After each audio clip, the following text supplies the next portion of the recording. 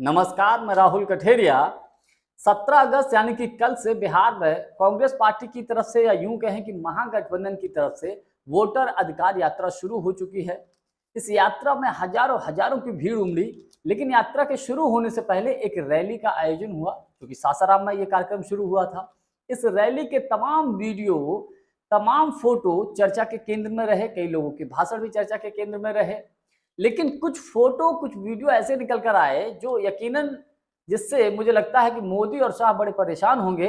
और विशेषकर लालू प्रसाद यादव जी का काफी दिनों के बाद भाषण सुनने को मिला, और लालू यादव जी जिस तरीके से अपने चिरपरिचित अंदाज में अपने विरोधियों पर हावी होते हैं, जो भाषण देते हैं, उनके साथ के तो छोड़ ही दीजिए, उनके विरोधी भी उनके भाषण सुनने को लालायित रहते हैं। तो इन्हीं तमाम बातों को लेकर मैं चर्चा करूं, लेकिन उससे पहले यदि आपने अभी तक हमारे चैनल को सब्सक्राइब नहीं किया है तो सब्सक्राइब जरूर कर लीजिए और घंटी के बटन को जरूर दबा दीजिए।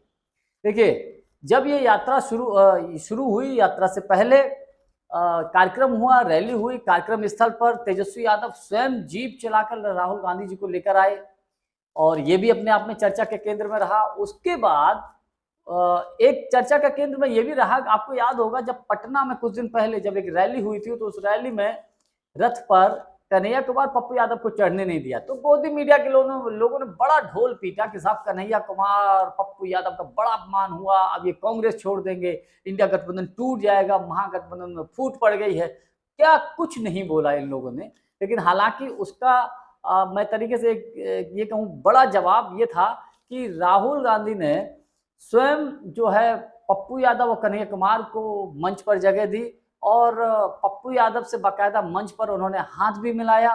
पप्पू यादव को कहा जा रहा है कि इस यात्रा की और कांग्रेस पार्टी बड़ी जिम्मेदारी दी है।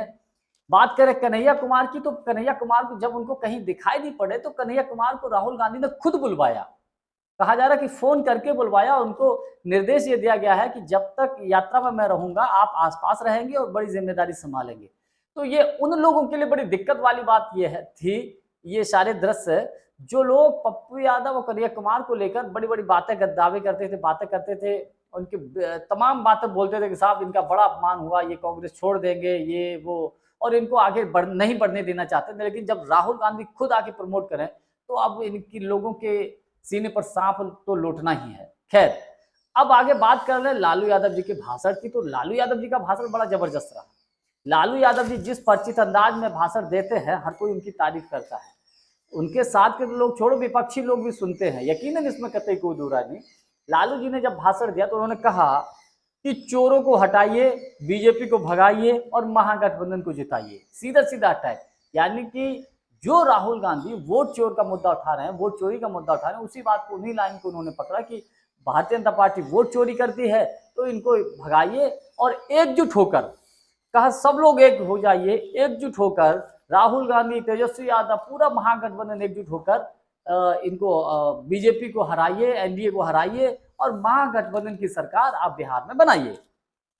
बाद में जो लालू यादव भोजपुरी भाषा में जो पंक्तियां सुनाते हैं, लागल लागल झुलनिया में धाका बलम कलकत्ता चले, इस टाइप का जब वो बोलते हैं तो वहाँ भीड़ बड़े जोर जोर से नारे लगाने लगी, लालू यादव जिंदाबाद, और खूब शोर मचाने लगे। कुल मिलाकर उसके बाद राहुल गांधी खुद स्वयं तालियां बजाने लगे। लालू यादव जी का जो चिरपरिचित अंदाज है, यकीनन इसमें कतई कोई दो राय नहीं। मैं कह सकता हूं कि देश के उन चुनिंदा नेताओं में से हैं, लोग जिनके भाषण सुनने के लिए बेसब्री से इंतजार करते रहते हैं।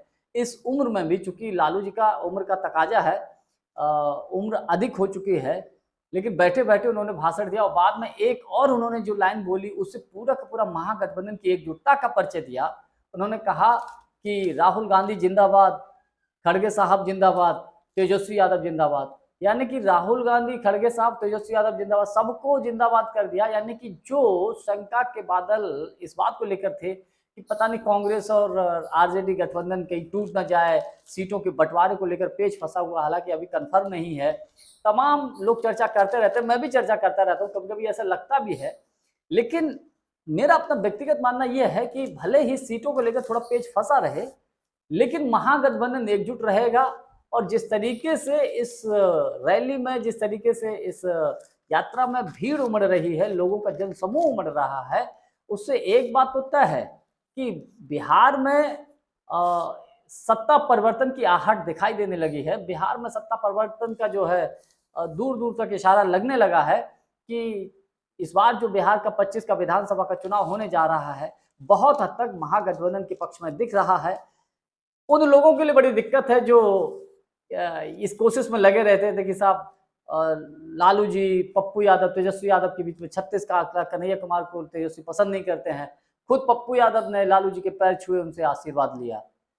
कुल मिलाकर कल का कार्यक्रम, कल की रैली, वोटर अधिकार यात्रा इंडिया गठबंधन की तरफ से, महागठबंधन की तरफ से बहुत सुपर डुपर हिट रही और आज उसका दूसरा दिन है और आज इस यात्रा चल भी रही है। खैर, जानकारी हमारी आपको कैसी लगी कमेंट्स करके हमको जरूर बताइएगा। बहुत बहुत धन्यवाद। नमस्कार।